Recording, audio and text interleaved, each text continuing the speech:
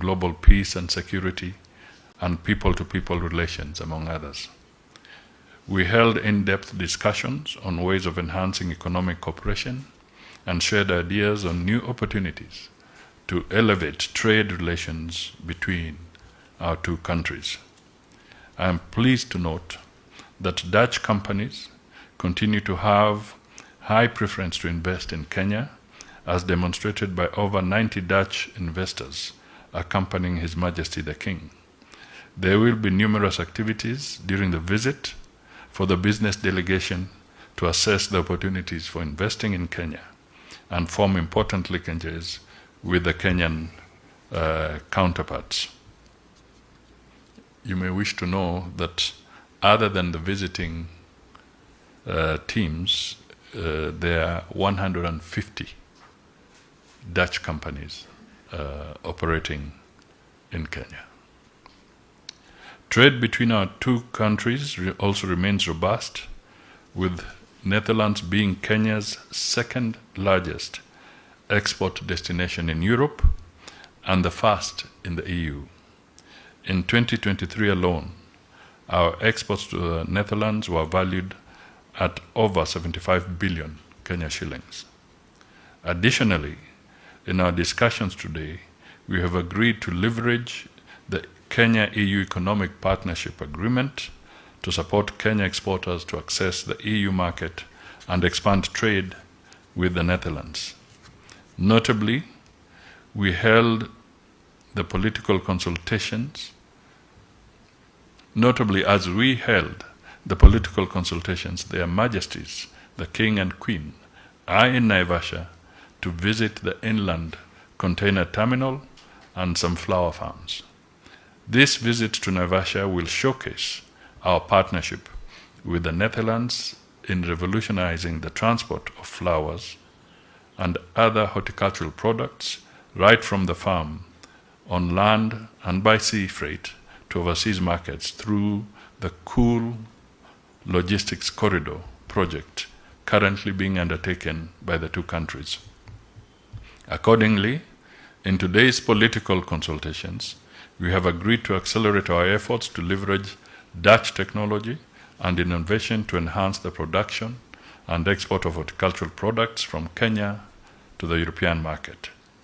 At the multilateral level, we have agreed to cooperate in advocating for increased and fair development financing for developing countries. We also reiterate our shared and unequivocal commitment to a rules-based international and multilateral system and the principles enshrined in the Charter of the United Nations, including respect for sovereignty and territorial integrity and the protection of human rights as cornerstones of peaceful coexistence between the countries. We also noted that the concurrent membership of Kenya and the Netherlands in the Human Rights Council presents an excellent opportunity for the two countries to collaborate at the multilateral level to promote respect and protection of human rights globally. In environmental conservation and climate action, we appreciate the Netherlands' support to climate change adaptation projects in Kenya under the Financing Locally Led Climate Action program being implemented in Marsabit, Isiolo, and Garissa counties. We have also agreed to scale up our efforts to reduce greenhouse gases, emissions, and strengthen resilience and adaptive capacity by prioritizing green growth and advocating for a more reformed and inclusive global climate financing framework. We have also agreed to expand collaboration in water infrastructure, renewable energy, and climate-smart agriculture. Our meeting today is taking place at the backdrop of a myriad of conflicts in our respective regions and globally, and a multilateral system and global order that is paralyzed by inaction and prioritization of power politics at the expense of global peace. We have therefore shared views on the conflicts in our region and in Europe, and agreed to enhance our partnership in peace building. I reaffirmed Kenya's unwavering commitment to promoting conflict prevention, resolution, and stabilization efforts both within the region and globally. I would like to make it clear that Kenya is non-partisan in any of the conflicts in the region. Instead, due to our democratic space and freedom of media, many groups have found Nairobi as a place to communicate. Kenya is committed to finding long-lasting peace and security solutions in the region and welcomes recent developments, including the ongoing EAC SADC process. As I conclude, I take this opportunity to thank His Excellency Caspar Weldekamp for the fruitful engagement and measurable milestones we have achieved today. Both sides recognize the tremendous opportunities our relations present to the mutual benefit of our countries. I reaffirm Kenya's commitment to deepen and broaden our relations with the Netherlands and look forward to many engagements in the future. Lastly, it is now my pleasure to invite our guest today, His Excellency Caspar Weldekamp, to address the press. We will share this statement with you. It's quite elaborate, but we'll give it to you as we conclude. Please, Your Excellency. Thank you, Prime Cabinet Secretary Mudavadi, for hosting me today, for a very warm welcome to Nairobi. And sorry for the journalist that you had to wait for so long. It's entirely my fault. And it is because we had so much to discuss in depth, and that is shows also the depth and broad character of our relationship between our countries. I'm delighted to accompany His Majesty King Willem-Alexander and Her Majesty Queen Maxima on their very first state visit of the Netherlands to Kenya. And it's also my first visit to this country. And like many Dutch tourists who come here, I'm struck by Kenya's warmth, its beauty, but above all, its energy, its vibrancy. And during our political consultations this morning, we discussed many topics, such as current affairs, peace and security, multilateral cooperation, development and trade and investment. We discussed ongoing conflicts in the region and elsewhere, such as Sudan, South Sudan, DRC, Somalia, the Red Sea and the Houthis. Also discussed Ukraine, by the way. And running through all these discussions that we had today was a shared focus on the future, on a partnership that unlocks opportunities for the next generation for both Kenyans and Dutch alike. And because although our countries have maintained close ties for over 60 years, it is the future where I believe our nations truly meet. First of all, because we want to. We share many similarities that make our partnership a natural fit. Both our countries are outward-looking, trade-oriented, driven by entrepreneurial spirit. We are both regional hubs in our parts of the world, Kenya in East Africa and the Netherlands in Europe. And we both value sustainability and innovation. Kenya is leading in renewable energy, while the Netherlands is known for its expertise in sustained agriculture and water management.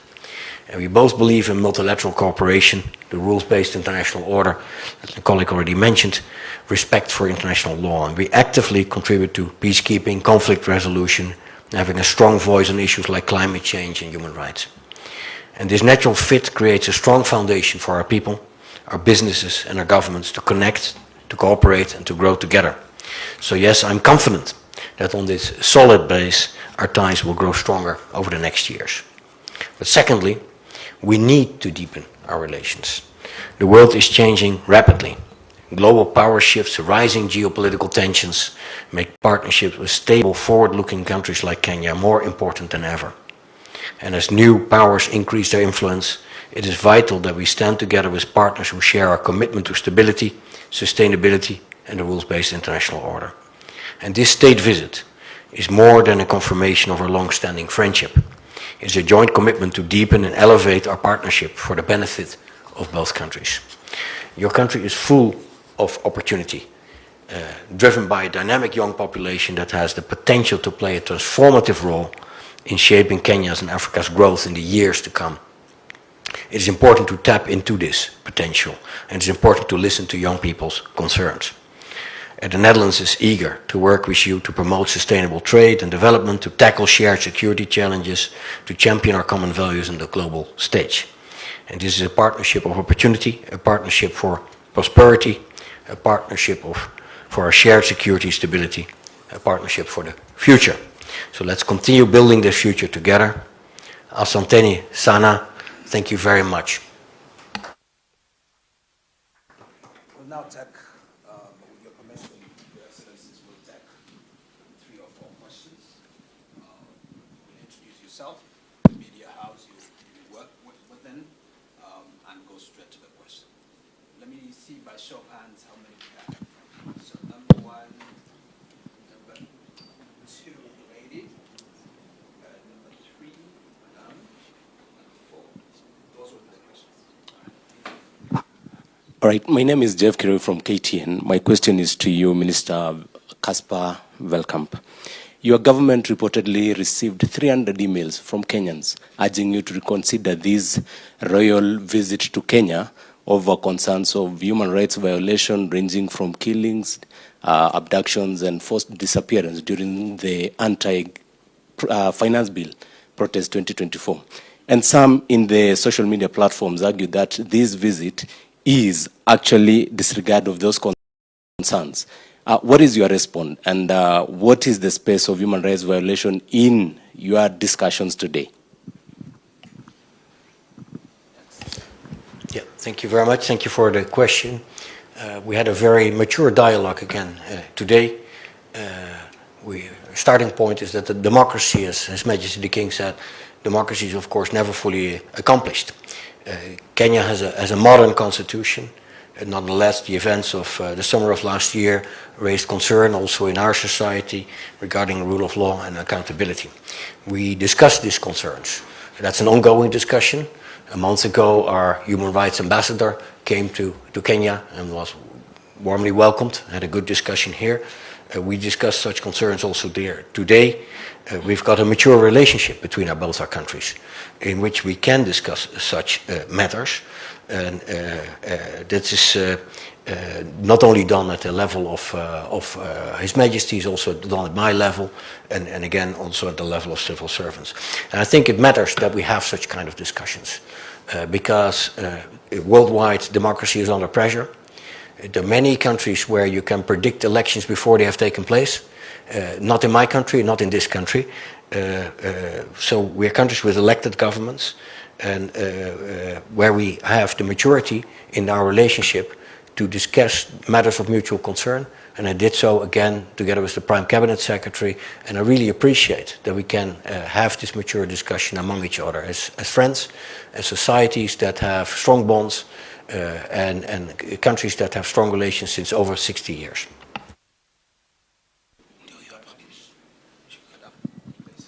My name is Efinya Kidi, Ramogi TV Royal Media. Mine goes to Prime CS, Mudavadi. Both of you have mentioned peace building. I would just like to know, Somalia president survived a militia attack. So does this worry the country now that we are seeking to enhance more peace measures between Kenya and also other countries like Netherlands now? Thank you. Thank you, Madam. It does worry us. Any violation to peace and security anywhere should worry us. And what did happen in Somalia is most unfortunate, but it brings to life the fact that the threat to peace and security in the region, and particularly now, if I may talk of the Horn of Africa, it is something that we must all take seriously. It will not deter Kenya from engaging in the peace initiatives that are ongoing. There are some that you are well aware of that involve South Sudan that will continue. Also peace initiatives in Somalia itself that will continue. We have the DRC process, which I alluded to in the statement, that will continue, and also the Sudan challenge. We shall continue being a constructive interlocutor on matters of peace in the region. Mr. Minister, maybe just for purposes of bringing out the symbolism of this room is called Amani Room. It stems from the 42 days of negotiating Kenya's peace process in this very room with the late Kofi Annan, the late Mukapa,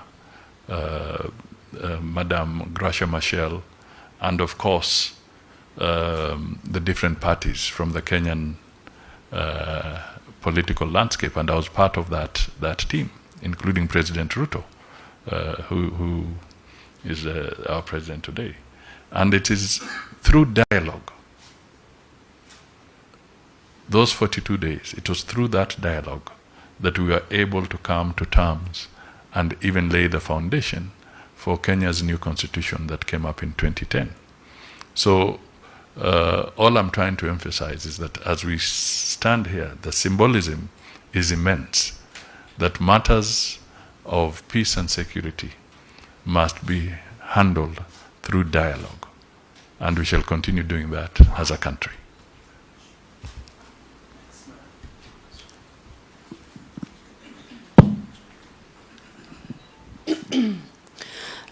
Yes, my name is Andrea Dijkstra. I'm a Dutch journalist for Dutch daily newspaper Trouw. My question is for Prime CS Honorable Mudavadi. Our Dutch king raised yesterday evening also the Dutch concerns about the reports of abductions and impunity in Kenya. I'm sure you also in the last few hours spoke with Minister Veldkamp about the importance of accountability. Therefore, my question is, which actions does the Kenyan government take to end the impunity in relation to these abduction cases?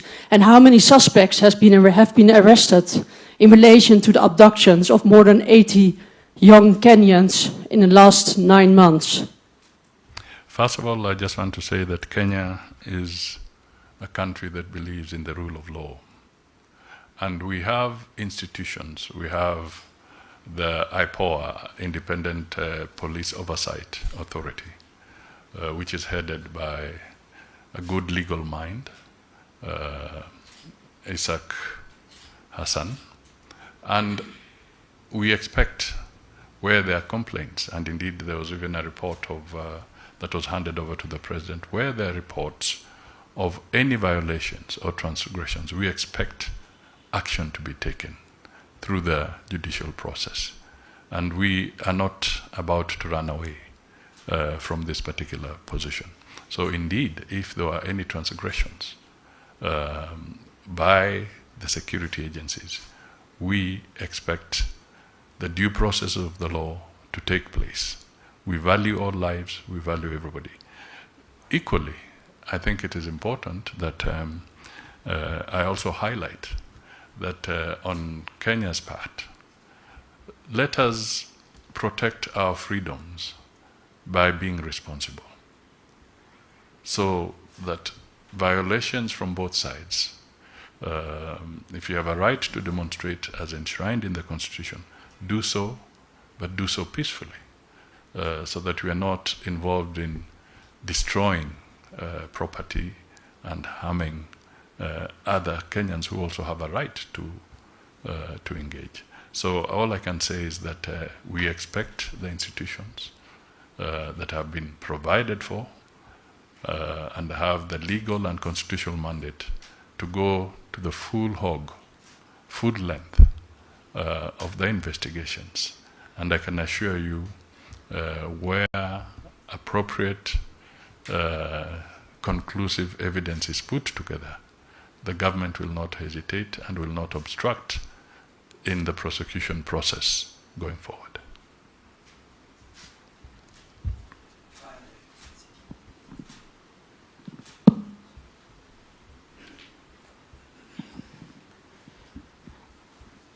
Good afternoon. My name is Ode Francis from Citizen TV. Mine is about the lady Nduta who was imprisoned in Vietnam. two questions. One, so far, apart from Nduta, how many other prisoners do we have in Vietnam in regards to trafficking? And then the second one, I'm tempted to ask if Nduta was apprehended in Vietnam, how did she successfully traffic from JKIA? What does that mean when it comes to our security apparatus within our international airport? Asante.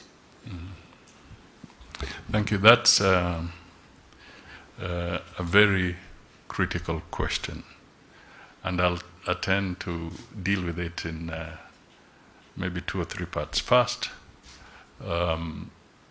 it is unfortunate that a Kenyan is facing this kind of situation. It's not a pleasant situation, and the Ministry of Foreign Affairs, and in particular my PS, has been trying to converse with his counterpart in Vietnam to see if there can be some mitigation in this process. So that is one thing, and we hope that there can be some success so that there is no summary execution as we go ahead. But there are issues that we must also deal with. I can tell you that in different countries today, I may not have an exact figure on Vietnam, but later, because I was planning to issue a statement on this particular space, but I'll attempt to deal with it now. We have a record, and we are still counting, that out of the Kenyans in the diaspora, we have a total of about 1,000 Kenyans in different countries facing incarceration for different offenses. Each country will have a number. Okay? Now, some could be misdemeanors, some could be very serious offenses. So I cannot specifically at this stage tell you that this is the particular offense per individual. And we are trying to gather data from other countries, because as Kenyans travel, they do not declare that they are traveling. So they travel on their own volition. It is their right, and they can go to whichever country they can go to, as long as they have their visas approved by those respective countries. So that's one factor. Second, the issue of drug trafficking. And we are not trying to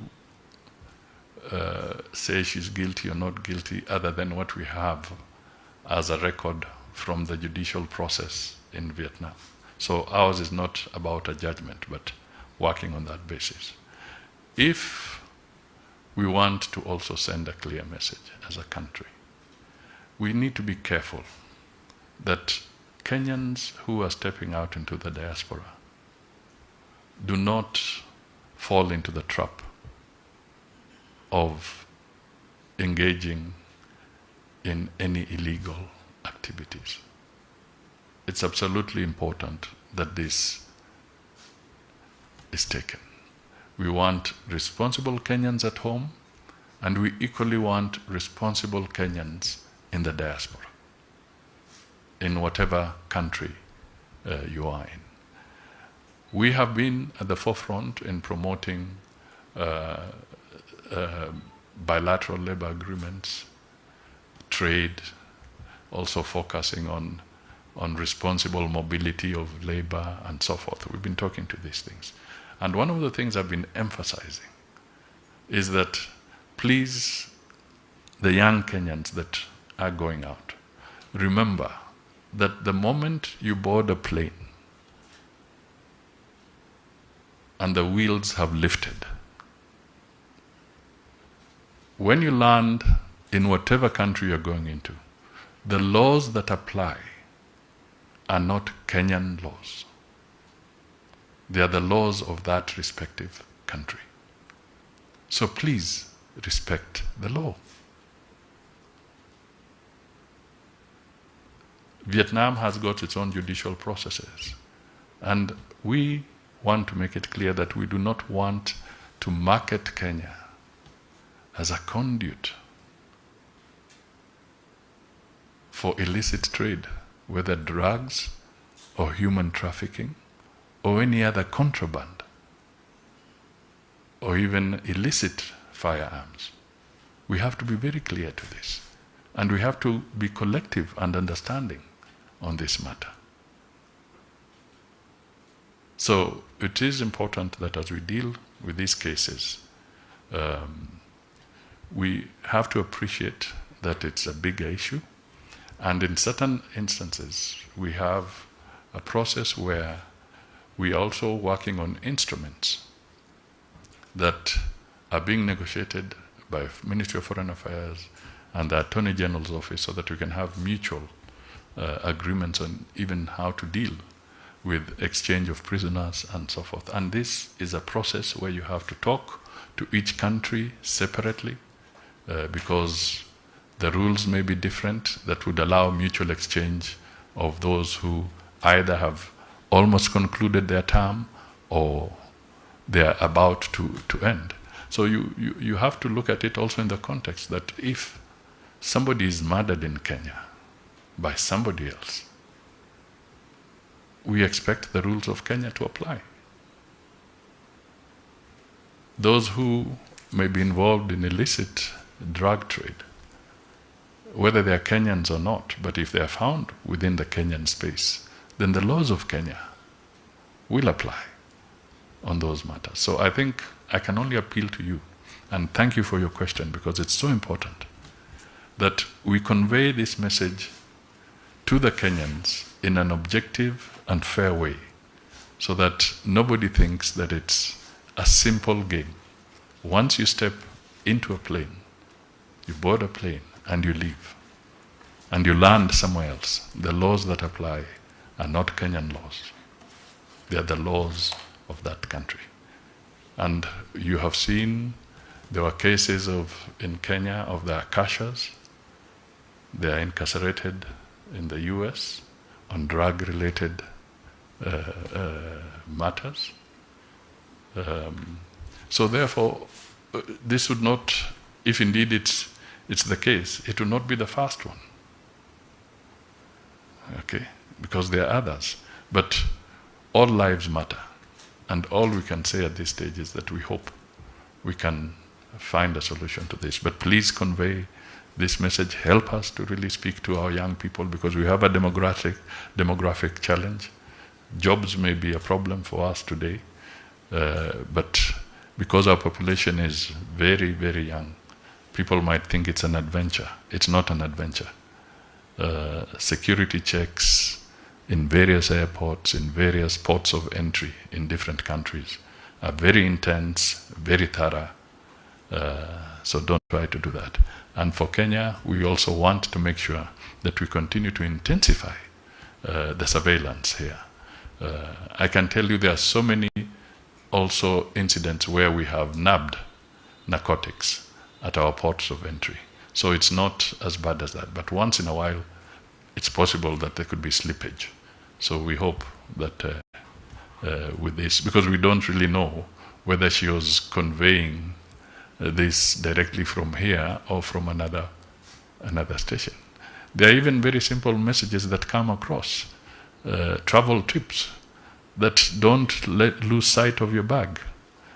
They ask you a very simple question, who packed your bag? So if you are traveling and you're allowing somebody else to pack your bag, how sure are you that the person packing your bag is Jesus? Thank you. This brings us to the end of this briefing. Thank you, Your Excellencies, for the engagement.